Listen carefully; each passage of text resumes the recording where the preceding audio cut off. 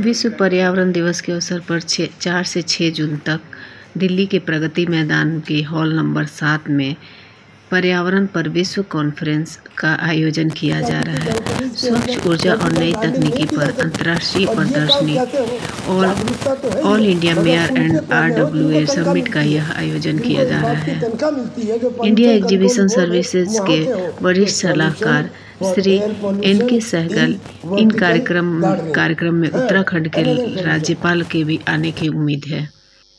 आम जनता के लिए पर्यावरण दिवस पर आयोजित होने वाली 3 दिवसीय प्रदर्शनी में विभिन्न क्षेत्रों की प्रगति के करीब 100 स्टॉल्स के माध्यम से प्रदर्शित किया जाएगा। ये आप देखेंगे एक ब्रोशर जो आपके हाथ में है, ये 4 जून को all India mayor and RWA summit के मुख्य संयोजक कर्नल तेजेंद्र पाल त्यागी ने कहा कि विश्व पर्यावरण दिवस के अवसर पर प्रगति मैदान न्यू दिल्ली में 4 जून से 6 जून तक 3 दिवस का एक कार्यक्रम वर्ल्ड एनवायरनमेंट एक्सपो 2022 कर रहे हैं। ताज्जुब होगा ये जान के कि सोलर एनर्जी के बारे में जो इनिशिएटिव लिया गया है उसका हेड इंडिया है और बाकी कंट्रीज दे आर ज्वाइनिंग। सो उस पूरे ऑर्गेनाइजेशन के इंटरनेशनल सोलर एसोसिएशन के जो हेड है डायरेक्टर जनरल वो भी इसमें आ रहे हैं। और दुनिया भर का डीजल जनरेटर सेट लोग दो जी। अरे इन नकारात्मक चीजों के अलावा क्या कोई सकारात्मक सॉल्यूशन है? और पहला सॉल्यूशन है वर्टिकल गार्डनिंग। अब जो कुछ मैं कह रहा हूँ आप इसको इंटरनेट पे चेक कर सकते हैं कि करीब 25 डेसिबल ध्वनि प्रदूषण कम हो।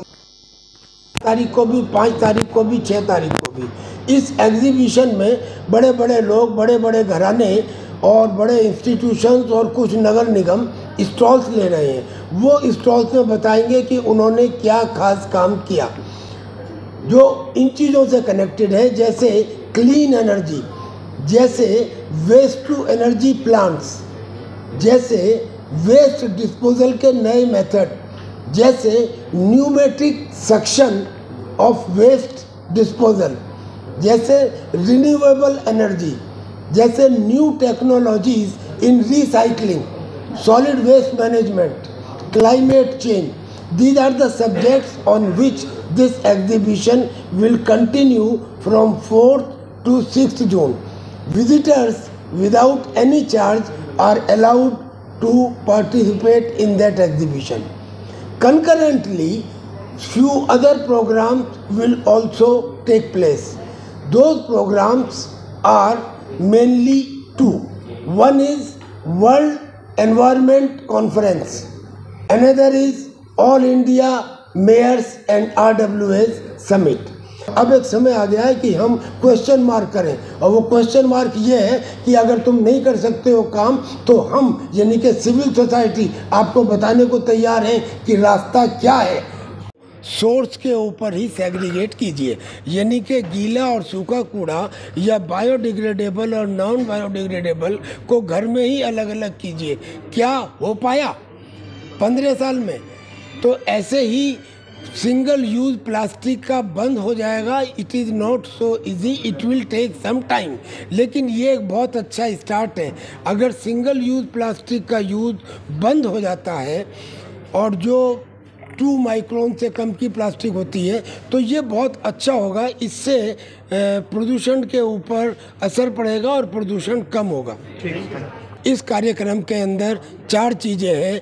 एक तो अंतर्राष्ट्रीय प्रदर्शनी, दूसरी वर्ल्ड कॉन्फ्रेंस ऑन एनवायरनमेंट और तीसरा all India mayors and RWA summit और चौथा ग्रीन इंडिया अवार्ड्स।